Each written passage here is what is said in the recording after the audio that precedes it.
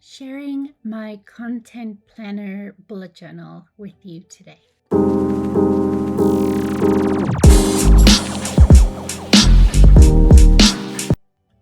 Hi, everybody. Thank you for joining me today. I am Natasha of Natasha Miller Creates, and today I am sharing a content planner in a bullet journal setup with you. So this is my first time using a square notebook, and I am so excited. When this idea first popped into my head, I knew I was grabbing a square notebook to do it. So what this is, it is a content planner in that I need to organize more of my YouTube and my social media presence. And so I created this bullet journal to kind of help me keep up to date with those things. I do use Notion, and I do have some amazing Notion templates as well. But I was missing the tactile nature of the pen and the paper and the notebook. And so I'm hoping to use this planner in conjunction with my Notion, just because Notion is a lot more, like, I want to say travelable, but that's not a word.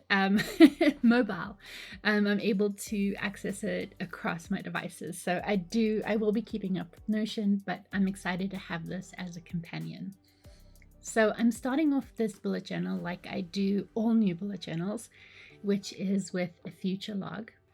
A future log has kind of become like a band-aid to me. So when you're starting a new journal, it can always be super intimidating or overwhelming. And I find that starting with the future log kind of is like ripping the band-aid off, and you're able to get started and get going. So plus it's functional. So for this page, what I plan on using it for is writing dates that are important that are coming up in future months. So I'm using this just like I would a future log in my regular bullet journal, but this will obviously be more content related. I am dubbing this second half of 2023 the year of tabs for me. And so I am creating tabs in this journal as well. You can check out my September setup to see how I created tabs in there. So I have linked that up in the cards for you to check out. For a creativity standpoint, I did want to incorporate some color into this journal. So I have so much washi that I decided this is how I was going to use it. So I picked a washi. This particular washi is from Archer and Olive. I believe it's the fall 2022 collection washi. And then I picked acrylographs based on the colors in the washi. The reason why I gravitate toward the acrylographs, I only use the acrylographs for my tabs. And the reason being, I really like how the white gel pen looks on it. I feel the pen, because it's a paint, it dries and it kind of strengthens the tab more. And then I really like how the gel pen looks on it. So that's why I use the acrylographs for my tabs, but you can use whatever you have. Obviously, it's not a necessity. And then, as always, I'm adding my borders. So I also like to round out my corners to have it match the rest of the notebook. I'm just using a generic corner rounder from Amazon. I've linked that down below for you. So the next few pages are my goals. And so I wanted to include goals in this planner because A, it's important to have goals. B, okay, no, seriously. So a bit of background. Goal planning does make me very anxious and nervous. And I tend to set up really high expectations for myself. And then if I don't achieve those goals, I really feel like it's a personality flaw. This is based out of the fact that what I currently do now, there's no real measure of how well I'm doing. You know, success is definitely a different concept to me in my current situation. So do I always sell everything? No. As a stay-at-home mom, do the kids always listen to me? No. Is the house clean? Absolutely not. So it's been really hard for me to determine what is successful and what is success and what is not. And I just feel like with goal planning, it puts a lot of pressure on me I mean, it does on all of us, but I'm just talking more so for me. And the only person I'm really accountable to is myself. And I've tried a number of goal planners over the years. Cultivate What Matters was one of my favorites, and I found it really worked well for me. But then they sold to a religious based company, and I don't agree with the values of that company. So Cultivate What Matters is no longer an option. I try to use Moxie Life, but it just wasn't working for me. Unfortunately, it's a great planner. I really enjoyed the time I had with it, but it wasn't really working for me. So I'm hoping that this will kind of, by simplifying it in this way, it'll kind of help me, especially with what I've learned from the Cultivate What Matters system and the Moxie Life system. So for this planner, I am setting up 5 goals for myself. I didn't want to overwhelm myself. I might not use all 5. Full disclosure, I actually haven't completed this part of the planner yet. I opened it, looked at it, got anxious, and then closed it again. So I'm actually used a separate piece of paper to jot down some ideas before putting it in the planner, and that definitely helped. So yeah, we'll see how it goes. I'll definitely be updating you on this next time I set it up. So that first page you saw was my brain dump for goal ideas, and on the right hand side of the page are the main goals. And then the next few pages where you see G1, G2, so goal 1, goal 2, my why that goal is important to me. And then I'm going to include the due date, the priority, and the action steps. So this is for the like big overarching goal that I have for this. I'm going to call it a season. I know that's cheesy and it's very Cultivate What Matters language, but I don't know how long this bullet journal is going to last me.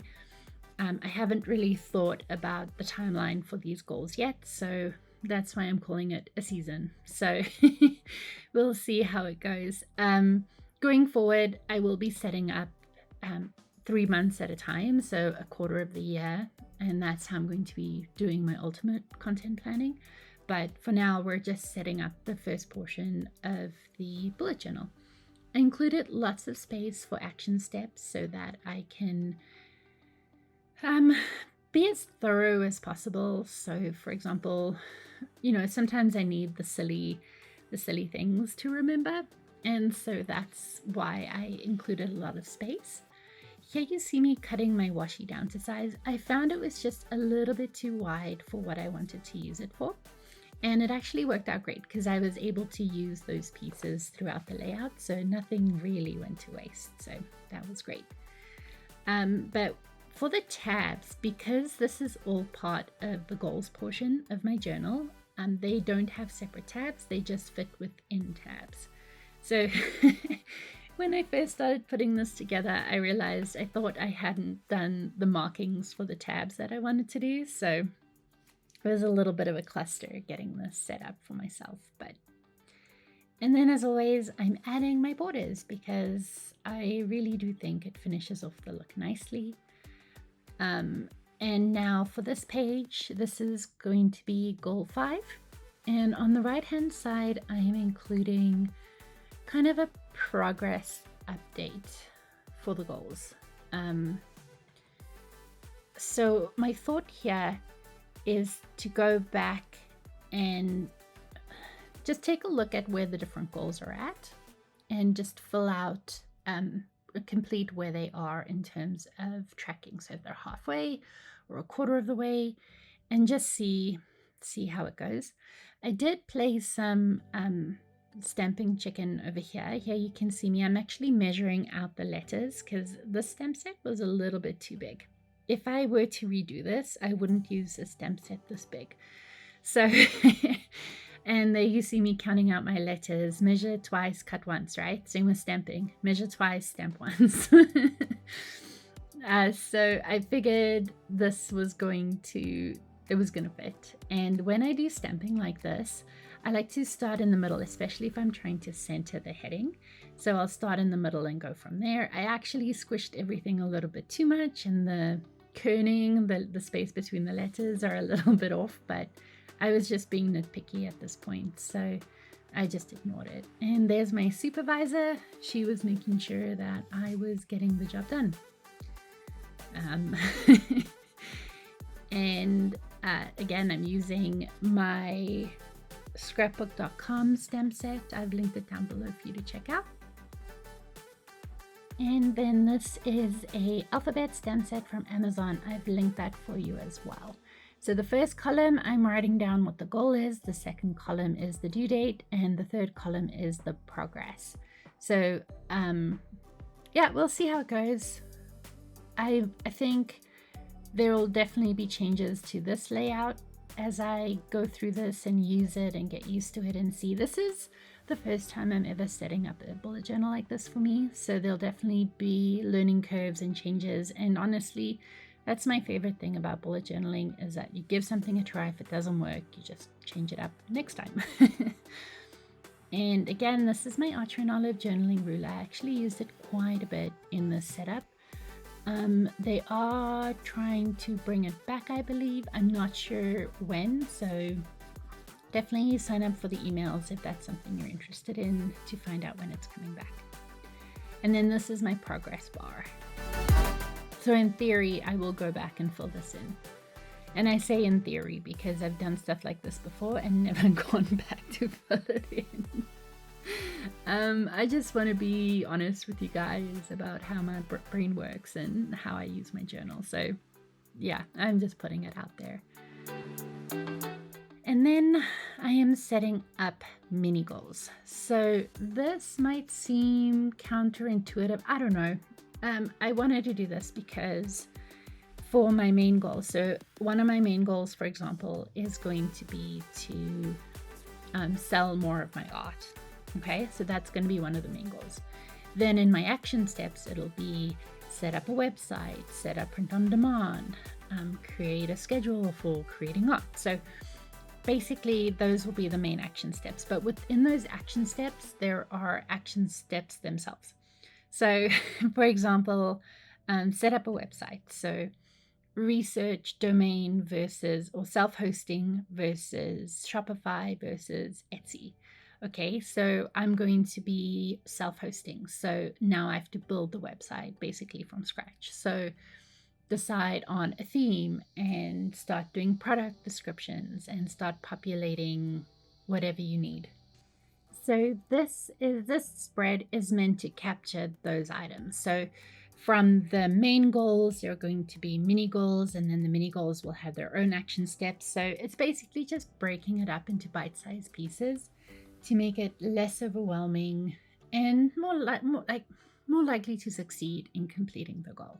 So I have my mini goal, the due date, the priority, and then the action steps. And you can see there are less action steps here than there are in my main goals. In theory, that's because the mini goals should have less action steps. So we'll see how this goes.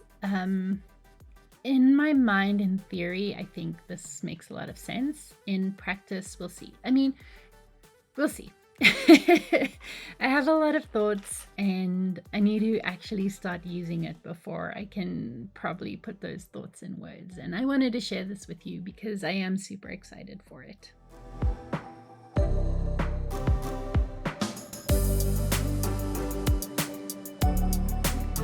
And then I'm just adding some more washi just to make it fun and look pretty. I really do like when things look pretty. I'm more likely to want to look at it rather than just the black and white from the lettering and the stamping. So yeah, we'll see how it goes. I am excited for this. I'm adding my borders as always. I'm using an N15, so like a black Tombow dual brush pen. So the brush side for the thick line and then the bullet point side for the thin line. That's how I always set it up. So I used to do it in different colors, but I've decided I like it now just with black. On this page, I am setting up a social media tracker. I have mixed feelings about social media trackers. I don't think it's healthy necessarily to track certain things depending on what social media you're using. So I'm trying to be very intentional with what I'm tracking. So I am keeping track of email subscribers, Instagram followers, YouTube views, and Pinterest views. So yeah, followers are all great, but a lot of those things, views matter more than followers. For email subscribers, I feel like that's a very valuable metric in that that's the amount of people that actually want to follow you and be a part of your community. So followers make sense to track there. YouTube views make more sense to me because the views are harder to get than the followers, if that makes sense. And then for Pinterest, same story. The more eyes are on your content, the more likely people are to click on it and check it out. The only metric that I am questioning is Instagram. I don't think Instagram followers matter as much as an engaged community. So I actually might change that metric to engagement. But we'll see. I'm still kind of mulling over that. We'll see how it goes. So the circles are followers and then the squares are views. And I'm going to be writing in my goals underneath or on top of the boxes and the circles, and then coloring in that circle when I reach that goal. I haven't decided on what's a healthy goal yet, and healthy in terms of mentally, not in terms of overall growth. That's been my struggle with social media, is growing while maintaining my mental health. I think we all struggle with that. I think that's fair to say that we all struggle with that concept. So yeah, I wanted to do this in a fun, reasonable way. I mean, coloring is fun, so and I'll be encouraged to color it in. This page is super basic. This is my content ideas page. And what I'm going to be doing here, I left a lot of space. So I just put my heading in and called it a day. And I will actually be using sticky notes on this page, or post-it notes on this page. And once I share my first quarter setup for my content planner, you will see why. I'm super excited about this. But yes, I should be able to use this on and off and for as long as I have the journal, because it's just going to be a blank page for sticky notes. So yeah, I'm super excited for this. As I mentioned in my intro, I will be using this together with Notion. If you want a video on what Notion templates I'm using, I would love to, I'd be happy to share. But yeah, I'm nervous but excited, and I'm really hoping this works for me. So let me know if a content planner is something that you're thinking about or you're interested in. And yeah, let me know down below.